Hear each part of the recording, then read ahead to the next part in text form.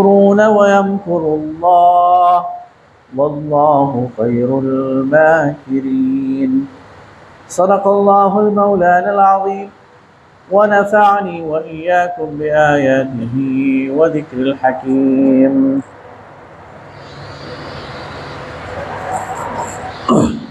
اللهم صل على سيدنا ومولانا محمد وعلى آل سيدنا ومولانا محمد وبارك وسلم ثم صل علیہ. انتہائی محترم بزرگوں، بھائیوں، دوستوں اور انتہائی قابل احترام خواتین، سیرت کا تذکرہ چل رہا ہے اور اسی میں گزشتہ جمعہ ہم نے نبی کریم صلی اللہ علیہ وسلم کی ہجرت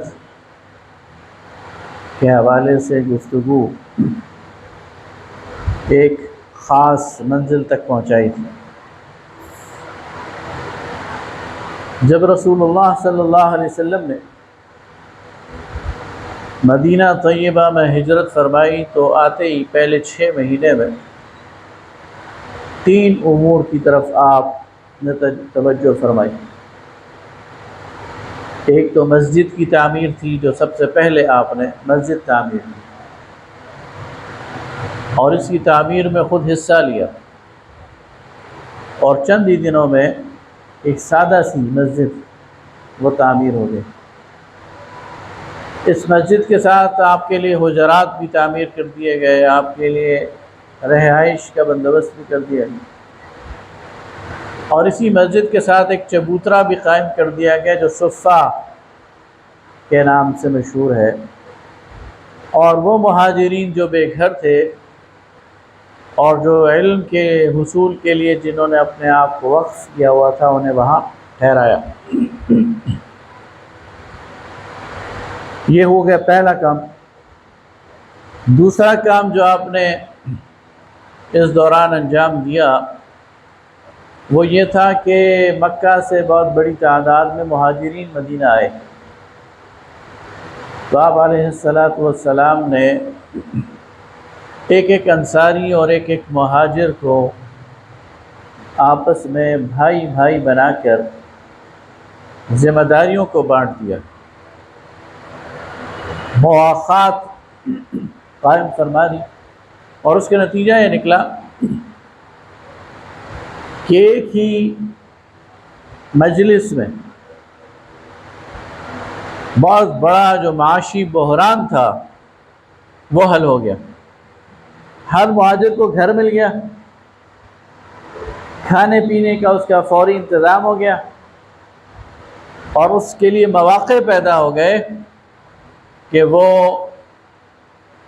مدینہ کے اندر اپنی ایگزسٹنس کے لیے اور اپنی بقا کے لیے اپنا کام کر سکے. اور مدینہ کے اندر ایک بیلنس بھی قائم ہو گیا. جو مکہ کے لوگ ہیں یہ تجارت پیشہ لوگ ہیں، اور جو مدینہ کے لوگ تھے یہ کاشتکار تھے، ان کے باغات تھے، کھیتی باڑی کرتے تھے. جب مہاجرین آئے تو مدینہ کے اندر ایک بیلنس قائم ہو گیا کہ آدھی آبادی کاشتکار ہو گئی اور آدھی آبادی وہ تجارت پیشہ ہو گئی. مدینہ کا بازار ڈیولپ ہو گیا.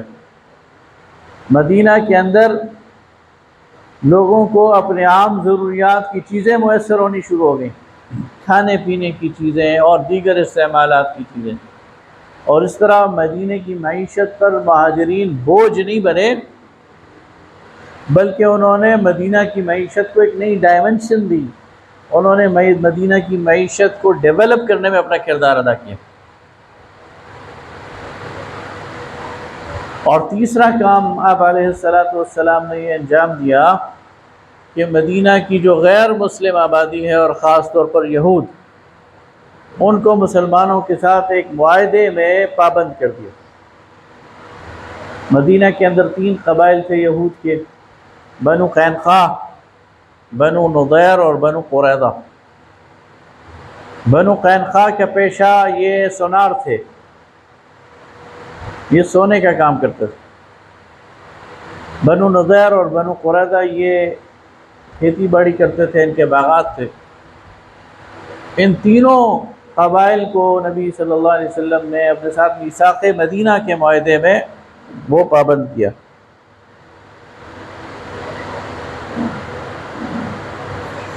میثاق مدینہ کے جو معاہدہ تھا اس کی 2-3 اہم شقیں تھیں۔ ویسے تو اس کی 50 سے زیادہ دفعات ہیں اور یہ تحریری معاہدہ ہے، لیکن جو اس کی اہم شقیں ہیں وہ یہ ہیں کہ مدینے کا ایک اندرونی دفاعی نظام ہوگا، اور مدینے کے دفاع میں مسلمان اور یہود یہ برابر کے شریک ہیں۔ باہر سے جو بھی حملہ آور ہوگا مدینے کے دفاع میں یہ ساتھ دیں گے مسلمانوں۔ دوسرا یہ تھا کہ اگر کوئی جھگڑا ہو جاتا ہے، کوئی قضیہ اٹھاتا ہے، تو فیصلہ کرنے والی ذات اور اتھارٹی وہ محمد الرسول اللہ صلی اللہ علیہ وسلم کی۔ اور تیسرا یہ کہ اندرونی امن یہ قائم رہے گا، اور کون سا قبیلہ کس کا حلیف ہے، اور یہ ساری ڈیٹیلز اس میں موجود ہیں۔ ان تینوں کاموں کے نتیجے میں ایک چھوٹی سی اسلامی ریاست وجود میں آ گئی،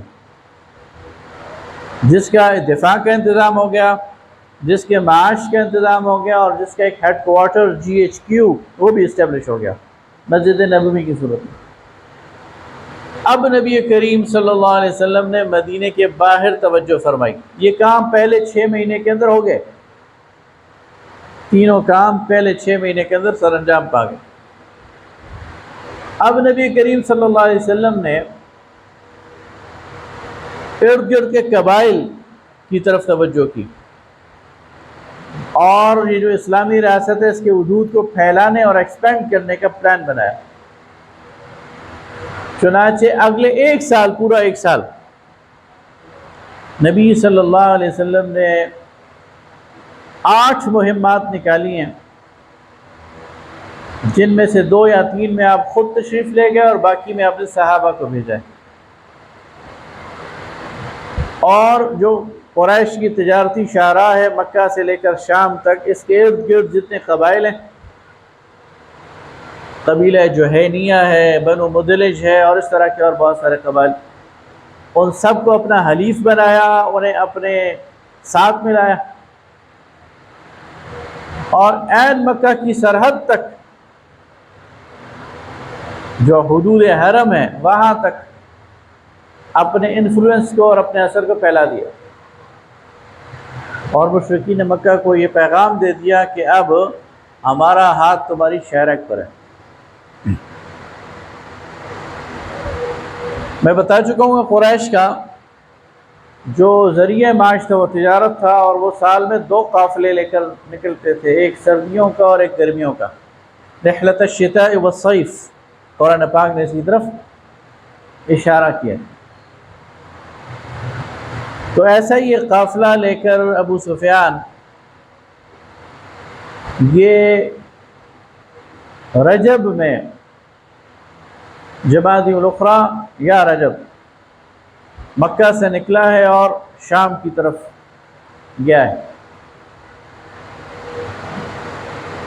اور یہ اتنا بڑا قافلہ تھا کہ جو آج کے دور کے سیرت نگار ہیں صفی الرحمن مبارک پوری، ان کی تحقیق کے مطابق 262 کلو سونے کے برابر سامان تھا اس پر، اور اس کو آج کے اس میں اگر ہم ضرب تقسیم کریں تو 54 کروڑ روپے کا سامان اس کے پاس تھا۔ مسلمانوں کو ظاہر ہے انہوں نے بہت تنگ کیا ہوا تھا، تو مسلمانوں نے، نبی صلی اللہ علیہ وسلم نے اب ان سے بدلہ لینے کا پلان بنایا کہ اب ان کی تجارتی شہرگ ہے، اس پر ہمیں کنٹرول کرنا چاہیے۔ چنانچہ وہ قافلہ جب نکلا تو اس کا پیچھا کیا گیا رجب میں، اسے غزوہ ذو العشیرہ کہتے ہیں، لیکن ابو سفیان نکل گیا۔ 2 مہینے بعد رمضان میں جب یہ واپس آ رہا تھا تو رسول اللہ صلی اللہ علیہ وسلم نے ایک دفعہ پھر صحابہ کرام کو جمع کیا اور اسی قافلے کے تعاقب میں نکلنے کا ارادہ کیا۔ یہ غزوہ بدر ہے۔ اس میں چونکہ نفیر عام نہیں تھی، رسول اللہ صلی اللہ علیہ وسلم کے پیش نظر اور صحابہ کرام کے پیش نظر جنگ نہیں تھی، یہ تو اللہ کی حکمت ایسی ہوئی کہ جنگ ہو گئی، اور اللہ تعالیٰ چاہتا یہ تھا کہ یہ جنگ ہو جائے اور مشرکین کی کمر ٹوٹ جائے۔ اس لیے مسلمان جنگ کی تیاری سے اور جنگ کی نیت سے نہیں نکلے تھے، اور نفیر عام بھی نہیں تھا کہ ہر ایک نکلے، اس لیے بہت سارے صحابہ رہ گئے تھے اور ان پر کسی نے کوئی پھر بعد میں ملامت بھی نہیں کی، اس لیے کہ ان کو کہا ہی نہیں گیا تھا کہ نکلو۔ تو نبی صلی اللہ علیہ وسلم قافلہ روکنے کے لیے 313 اتنے ہی کچھ صحابہ کو لے کے نکلے۔ 2 گھوڑ سوار تھے، 7-8 تلواریں تھیں، 70 اونٹ سے، کسی کے پاس نیزہ تھا اس نے نیزہ اٹھا لیا، کسی کے پاس ڈنڈا تھا اس نے ڈنڈا اٹھا لیا، اور اس طرح یہ لوگ قافلے کے لیے نکلے۔ قافلے کے ساتھ 50 سوار تھے، ان کو قابو کرنا کوئی مشکل کام نہیں، لیکن اللہ کا اپنا پلان تھا۔ اللہ تعالیٰ مدبر کرانا چاہتا تھا اور اللہ تعالیٰ مشرکین کو ایگزیکٹ پہنچانا چاہتا تھا۔ ابو سفیان کو جب پرانا ایکسپیرینس تھا کہ مسلمانوں نے میرا پیچھا کیا، تو اس نے شام سے ہی جب چلا تو ڈرامائی انداز میں مشرکین کو پیغام بھجوایا کہ اپنے قافلے کو بچانے کے لیے نکلو، ورنہ تمہارا قافلہ لوٹ لیا جائے گا اور تمہارے ہاتھ کچھ بھی نہیں ہے۔ ان میں آگ بڑی اٹھی، اس لیے کہ ہر گھر کی اس میں انویسٹمنٹ تھی، ہر گھر کا اس میں سرمایہ لگا ہوا تھا۔ تو مشرکین کا ایک لشکر ابو جہل کی قیادت میں تیار ہوا چند دنوں کے اندر، اور وہ بہت تیزی سے نکلا۔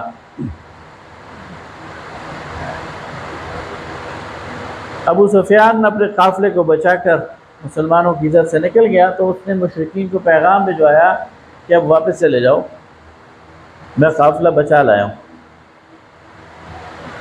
تو ابو جہل نے اطراحٹ میں کہا کہ نہیں، اب ہم گھر سے واپس آ گئے، گھر سے نکل آئے، تو ہم بدر میں 3 دن قیام کریں گے، سارا عرب وہ ہمارے اس سفر کا حال سنے گا، ہم اونٹ ذبح کریں گے، شراب پئیں گے، لونڈیاں نچائیں گے، اور پورے عرب پر اپنی رعب کو قائم کریں گے۔ اس کی موت آئی بھی تھی، اور موت جب آ جائے تو انسان اسی طرف جاتا ہے، جس طرح کہتے ہیں نا کہ جب سانپ کی موت آتی ہے تو وہ راستے پر آ جاتا ہے۔ یہ خباثت سے کھینچ کے لا رہی تھی۔ ادھر نبی صلی اللہ علیہ وسلم کو جب اطلاع ملی کہ قافلہ تو نکل گیا ہے اور قریش کا لشکر مکہ سے مدینہ کی طرف آ رہا ہے، تو خطرناک صورتحال تھی، اور مسلمان جنگ کی نیت سے تو نکلے ہی نہیں تھے، تو نبی صلی اللہ علیہ وسلم نے مجلس شورا منعقد کی، اور صحابہ کرام رضوان اللہ تعالی علیہم اجمعین کے سامنے یہ ساری بات رکھ دی کہ مشورہ دو۔ جو مہاجر صحابہ تھے، حضرت ابوبکر صدیق، حضرت عمر، حضرت علی، حضرت مقداد، یہ کھڑے ہوئے باری باری، انہوں نے کہا یا رسول اللہ ہمیں ان کا مقابلہ کرنا چاہیے، اور اللہ کی توکل پر اب اس میدان سے ہم سرخرو ہوں گے، ہمیں واپس نہیں جانا چاہیے۔ لیکن رسول اللہ صلی اللہ علیہ وسلم بار بار فرماتے تھے مجھے مشورہ دو، مجھے مشورہ دو۔ تو انصار سمجھ گئے، انصار موجود تھے کہ رسول اللہ کے روح سخن ہماری طرف ہے۔ تو پھر انصار میں سے حضرت سعد بن معاذ اور دیگر صحابہ کرام رضوان اللہ تعالی علیہم اجمعین جو انصاری ہیں وہ کھڑے ہوئے، اور انہوں نے کہا یا رسول اللہ شاید آپ کا روح سخن ہماری طرف ہے، آپ ہماری رائے جاننا چاہتے ہیں۔ مہاجرین تو کہہ رہے ہیں لڑیں، تو فرمایا یا رسول اللہ ہم نے جب آپ سے وعدہ کیا تھا آپ کو یہاں لانے کا، تو آپ سے وعدہ کیا تھا ہم آپ کا دفاع کریں گے، تو یہ سامنے سمندر ہے، آپ اس میں کودنے کا بھی حکم دیں گے تو ہم اس میں کود جائیں گے، آپ ہماری طرف سے مطمئن رہیں۔ جب نبی صلی اللہ علیہ وسلم نے سنا تو فرمایا، آپ خوش ہوئے اور آپ نے فرمایا انشاءاللہ مقابلہ ہو۔ اور اس بے سر و سامانی کی حالت میں مسلمانوں نے قریش کے اس لشکر کا آمنا سامنا کرنے کا ارادہ کیا، جس کے بارے میں آتا ہے کہ اس کی 1000 تعداد تھی، جس میں 200 سوار تھے، زرہ پوش تھے، ہر ایک کے پاس نیزہ اور تلوار تھی اور کیل کانٹے سے لیس تھے۔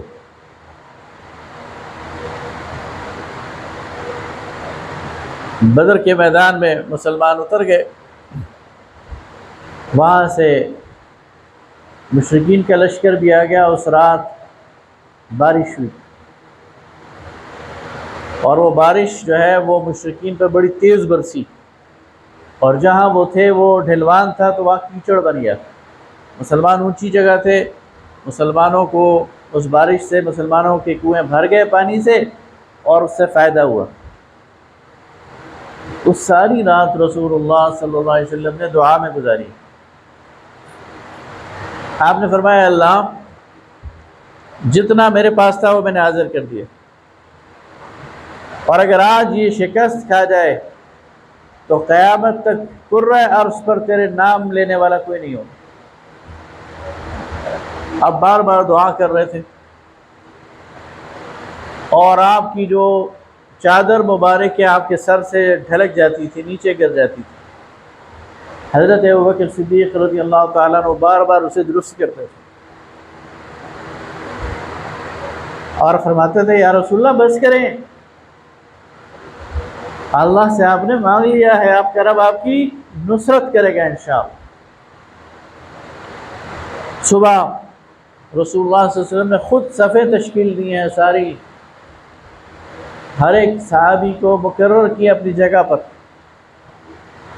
دائیں پہ تم رہو گے، بائیں پہ تم رہو گے، سامنے سے تم حملہ کرو گے، پیچھے تم خبر گیری کرو گے، سب کو ڈپلوائے کیا۔ پھر جہاں عرب کی اس میں دستور تھا کہ پہلے انفرادی مقابلہ ہوتا تھا، تو قریش نے اپنے 3 سردار بھیجے، عتبہ، شیبہ اور عتبہ کے بیٹا ولید۔ 3 انصاری ان کے مقابلے میں نکلے تو انہوں نے کہا ہم نے تم سے مقابلہ نہیں کرنا، ہمارے سامنے ہمارے اپنے خاندان کے لوگوں کو بھیجو۔ تو اس کے مقابلے میں رسول اللہ صلی اللہ علیہ وسلم کی اجازت سے حضرت علی رضی اللہ تعالیٰ عنہ، حضرت حمزہ رضی اللہ تعالیٰ عنہ اور حضرت عبیدہ بن حارث رضی اللہ تعالیٰ عنہ، یہ تینوں نکلے۔ حضرت علی نے ایک ہی بار میں ولید کو قتل کر دیا، حضرت حمزہ نے 1-2 بار میں عتبہ کو قتل کر دیا، جبکہ عبیدہ بن حارث اور شیبہ کا مقابلہ ذرا چلا اور عبیدہ اس میں زخمی ہو گئے۔ حضرت حمزہ نے جا کر شیبہ پر وار کر کے اس کو بھی مار دیا،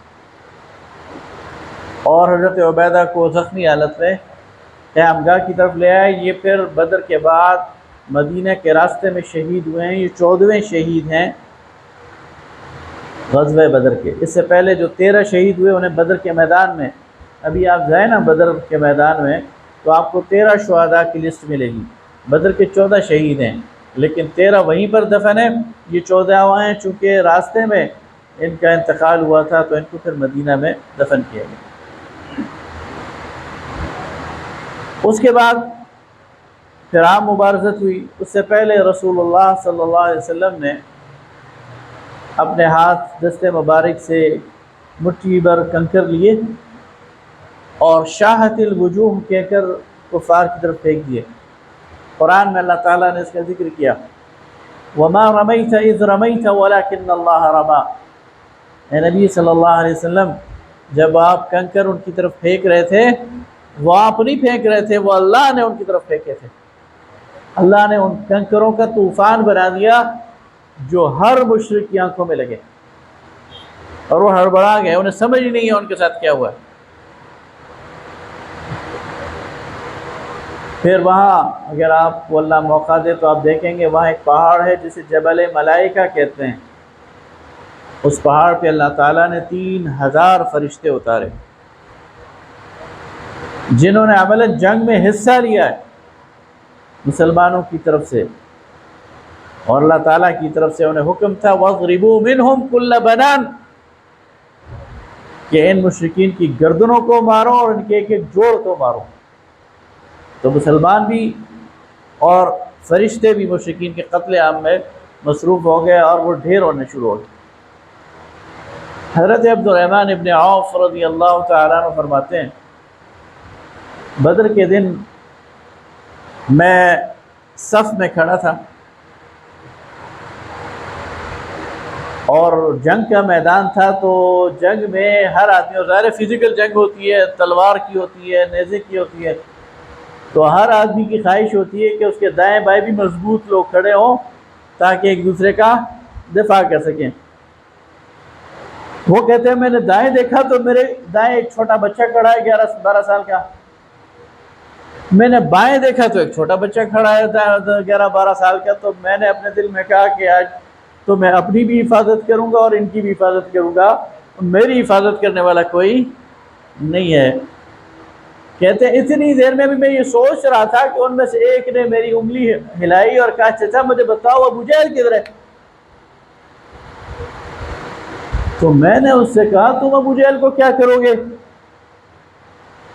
یہ دو انصاری صحابہ تھے، معوذ اور معاذ۔ تو اس نے کہا کہ میں نے سنا ہے کہ وہ رسول اللہ کو گالی دیتا ہے، تو آج میں گھر سے ارادہ لے کے نکلا ہوں کہ میں نے اسے قتل کرنا ہے۔ تو میں نے کہا اچھا جب سامنے آئے گا بتا دوں گا۔ اتنے میں ابو جہل گھوڑے پر سوار خود لگائے ہوئے بڑے تم تراک سے مجھے نظر آ گیا، تو میں نے کہا بھتیجو یہ ہے تمہارا شکار۔ تو وہ کہتے ہیں وہ بجلی کی کوند کی طرح دونوں لپکے، اور ظاہر چھوٹے تھے قد میں، وہ گھوڑے پہ سوار تھا، اس کی ٹانگ پہ حملہ کر دیا، اس کی ٹانگ کاٹی، وہ گھوڑے سے گرا تو دوسرے نے گردن پہ وار کر دیا۔ ابو جہل کا بیٹا اکرمہ وہ موجود تھا قریب، اس نے ایک بچے کے بازو کو کاٹ دیا، وہ اس کے بازو کٹ گیا، اور دوسرا بعد میں اسی جنگ میں شہید ہوا۔ یہ دونوں دوڑتے دوڑتے رسول اللہ کے پاس آ گئے اور اپنی تلواریں دکھائیں کہ یا رسول اللہ آپ کے دشمن کو ہم نے قتل کر دیا۔ ایک کہتا تھا میں نے کیا، دوسرے نے کہا میں نے کیا۔ آپ نے فرمایا کہ تم دونوں نے کیا ہے اور تمہارے تلواروں پر اس کا خون ہے۔ پھر جب یہ مارکہ ختم ہو گیا تو حضرت عبداللہ ابن مسعود رضی اللہ تعالیٰ عنہ، حضرت عبداللہ ابن مسعود بڑے نحیف قسم کے صحابی تھے، کمزور تھے جسمانی طور پر، انہیں پتلی ٹانگوں والا کہا جاتا، اور غریب گھرانے کے بھی تھے۔ یہ گھوم پھر رہے تھے، انہیں ابو جہل کی لاش نظر آئی، یہ ابھی وہ اس میں جان باقی تھی، مرا نہیں تھا، تو اس کے سینے پہ چڑھ کر اس کی گردن کاٹ دی۔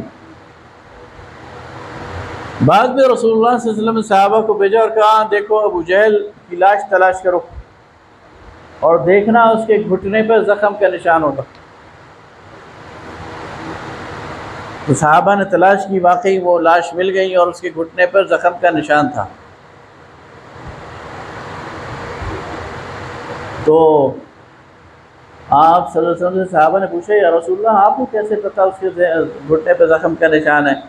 آپ نے فرمایا جوانی میں ایک دفعہ ابن ابی جدعان کے گھر پر اس نے میرے ساتھ تکرار کی تھی، یہ جوانی کی بات ہے، نبوت سے پہلے کی، اور میں نے اسے اٹھا کر پٹخ دیا تھا، اس کے گھٹنے پہ چوٹ آئی تھی، یہ اس کا نشان ہے۔ تو بہرحال وہ قتل ہو گیا۔ 70 صنادید قریش یہ قتل ہوئے، بڑے بڑے سردار، اور 70 سرداروں کو مسلمانوں نے زندہ گرفتار کر لیا، اور اتنی بڑی فتح اللہ تعالیٰ نے بے سر و سامانی کی حالت میں مسلمانوں کے دی کہ اسے یوم الفرقان کہا گیا، حق اور باطل کے درمیان فرق واضح کرنے والا دن۔ اور یہ حق اور باطل کے درمیان فرق کیسے واضح کر گیا، اس کی سنیے، اور اسی پہ میں اپنی بات کو ختم کروں گا کہ یہ بدر کا معرکہ وہ معرکہ ہے جس میں مسلمانوں نے نسل اور نسب کے تمام بت توڑ دیے۔ بدر کا دن ہے کہ جس میں حضرت ابو عبیدہ بن جراح رضی اللہ تعالیٰ عنہ انہوں نے اپنے والد کو قتل کیا ہے، اور یہ واضح کر دیا میرا والد بھی لا الہ الا اللہ محمد الرسول اللہ کا مخالف ہے، میرے مقابلے میں آئے گا تو دشمن ہے، دوست نہیں۔ حضرت عمر رضی اللہ تعالیٰ عنہ نے اپنے سگے ماموں ہشام کو قتل کیا اور ثابت کیا کہ ننیالی رشتہ داروں کی بھی کوئی اہمیت نہیں۔ حضرت مصعب بن عمیر رضی اللہ تعالیٰ عنہ ان کا سگا بھائی قید ہو کے آیا، انصاری صحابیوں سے باندھ رہے تھے، سامنے سے مصعب گزرے تو انصاری کو کہتے ہیں بھائی اسے کس کر باندھو، اس کی ماں بڑی مالدار ہے، زیادہ فدیہ دے گی۔ تو بھائی کہتا ہے تمہیں تو مجھے چھڑانے کی بات کرنی چاہیے، اور تم یہ کہہ رہے ہو میں تو تمہارا بھائی ہوں، کہاں بھائی میرا وہ ہے جو تمہیں باندھ رہا ہے۔ لا الہ الا اللہ کے عقیدے کی بنیاد پر بھائی میرا وہ ہے جو تمہیں باندھ رہا ہے، تم میرے بھائی نہیں ہو۔